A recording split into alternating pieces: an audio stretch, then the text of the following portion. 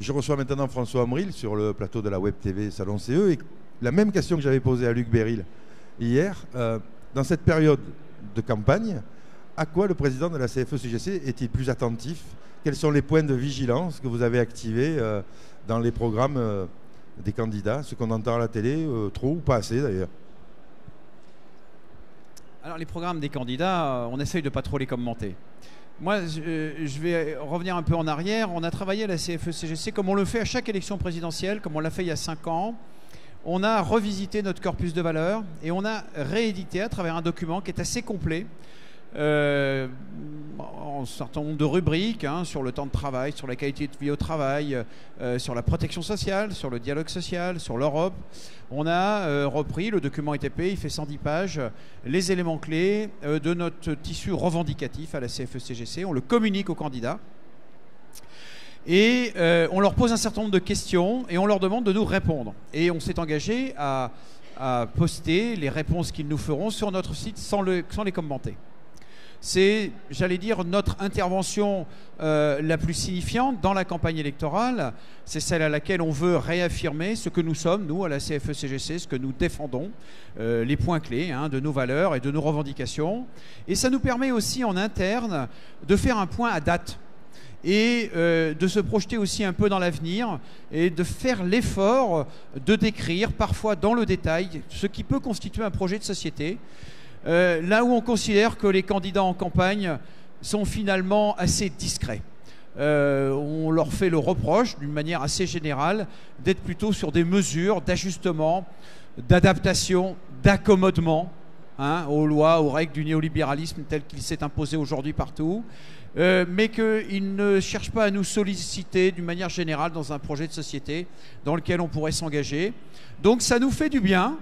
Dans l'ambiance un peu critique qu'il y a quand même vis-à-vis des partenaires sociaux, on trouve que c'est plutôt pas mal de montrer qu'on a cette capacité particulièrement vivifiante à reformuler un projet de société dans lequel chacun peut s'intégrer. Et donc pour finir de répondre à la question, les lignes rouges, en fait il y en a plusieurs, on est sur un terrain. Les partenaires sociaux, ils existent sur un terrain qui est bien balisé. Qui est le terrain du partenariat social, de l'interaction sociale, du corps social.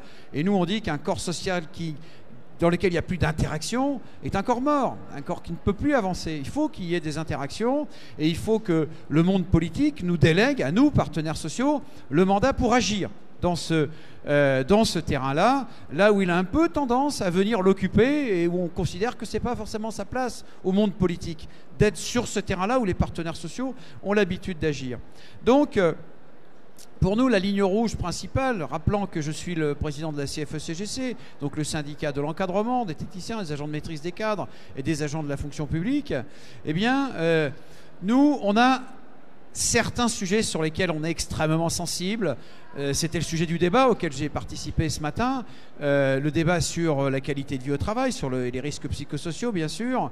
Il y a aussi le sujet qui concerne le temps de travail à travers la sécurisation du forfait jour, sur laquelle on sera extrêmement attentif aux propositions des candidats et on ne manquera pas de réintervenir dans le débat parce qu'on considère que les membres de l'encadrement, ils ont assez payé. Ils ont assez payé à la productivité à travers leurs horaires de travail non rémunérés et il y a nécessité absolue aujourd'hui d'intervenir sur le forfait jour pour le sécuriser. Et puis, je donnerai un dernier point parce que ce n'est pas l'objet, je pense, de la question d'en faire la liste complète, exhaustive, mais de marquer peut-être un certain nombre de balises.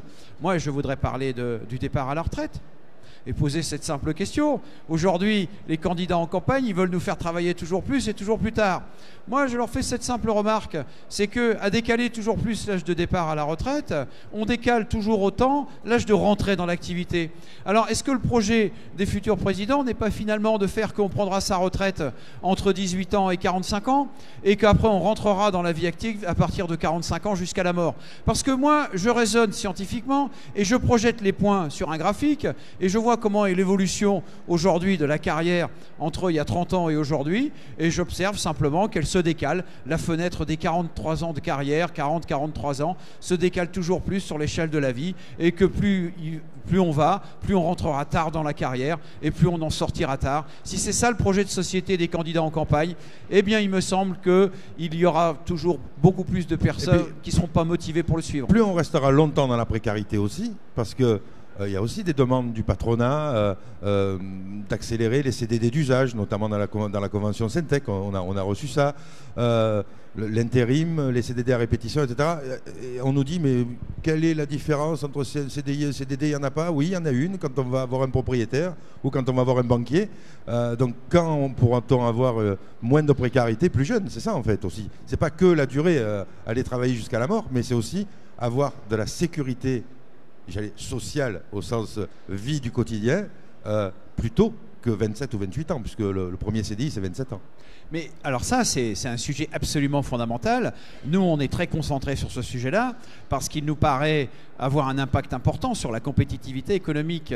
Parce que, raisonnons sur la carrière et sur l'investissement d'un jeune. On parle de ça, hein, on parle d'une personne qui se lance dans la vie active. On le sait tous, la période de créativité maximum, c'est la période du début de carrière. C'est là où on a l'énergie, où on a les idées. C'est là où on a l'impact le plus fort sur les évolutions de l'organisation. On voit bien aujourd'hui, il y a des nouvelles formes d'emploi. Il y a toute une génération qui veut s'investir, qui a des idées, qui voudrait développer cette créativité-là. Et à la limite, la forme d'emploi via le numérique, via d'autres dispositifs, la forme d'emploi dans laquelle cette créativité-là va pouvoir se développer, d'une certaine manière, peu importe, à condition que la sécurité mise en place autour de ce projet professionnel soit suffisante à ce que le souci ne vienne pas prendre toute la place du développement du projet professionnel. Et ça rejoint ce que vous venez de dire. Il faut qu'on réfléchisse ensemble, aujourd'hui, à mettre en place des dispositifs qui feront que, indépendamment des nouveaux dispositifs d'emploi qui seraient peut-être, pourquoi pas, moi je ne veux négliger aucune piste, mieux adapté aux nouveaux styles d'organisation et aux nouveaux dispositifs économiques, il faut qu'on réfléchisse ensemble à mettre en place un cadre qui fait que les jeunes qui se lancent dans la carrière avec leurs idées, avec leurs projets, avec leur volonté de s'investir, eh bien soient sécurisés. C'est le mot-clé, sécuriser, sécuriser l'évolution de carrière, le lancement dans la carrière, et c'est à nous, partenaires sociaux, d'y travailler. Et il faut considérer qu'en tant que tel, la précarité n'a aucune valeur ajoutée économique. Au contraire, c'est une valeur à retrancher de la valeur économique. Bon, eh bien, je crois qu'un message aux candidats, si vous êtes élus, soyez vigilants, les syndicats le sont. On a vu hier l'UNSA, on a vu ce matin la CFTC. Vous maintenant, les syndicats sont attentifs à ce que vous faites et seront certainement dans l'action tout de suite après le deuxième tour. Merci François. Merci beaucoup.